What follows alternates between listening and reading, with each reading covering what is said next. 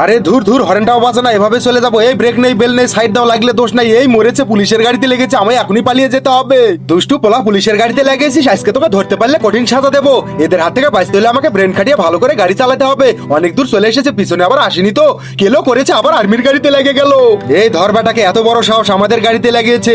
আজকে যে কার মুখ থেকে উঠেছিলাম, বিপদের উপর বিপদ, আর ভাল লাগে না স্যার, আমায় মাফ করে দেন। আমি বোধহয় অনেক দূর চলে এসেছি, পেছনে তো ওদের দেখতে পাচ্ছি না। আরে এটা তো পাহাড়ি অঞ্চল, আমার অনেক ভালো লাগছে। আরে আমি তো আকাশে উঠছি, আমার অনেক মজা লাগছে।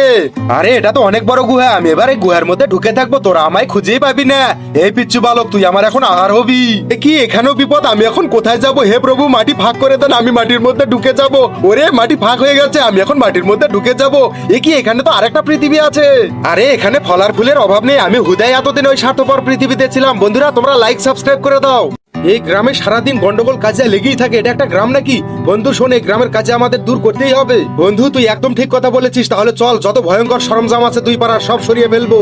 এই তো এই বস্তার মধ্যে আমাদের গ্রামে গন্ডগোলের সব সরঞ্জাম থাকে, এটা আমি মাথায় করে বাইরে নিয়ে যাবো, কেউ যেন দেখতে না পায়।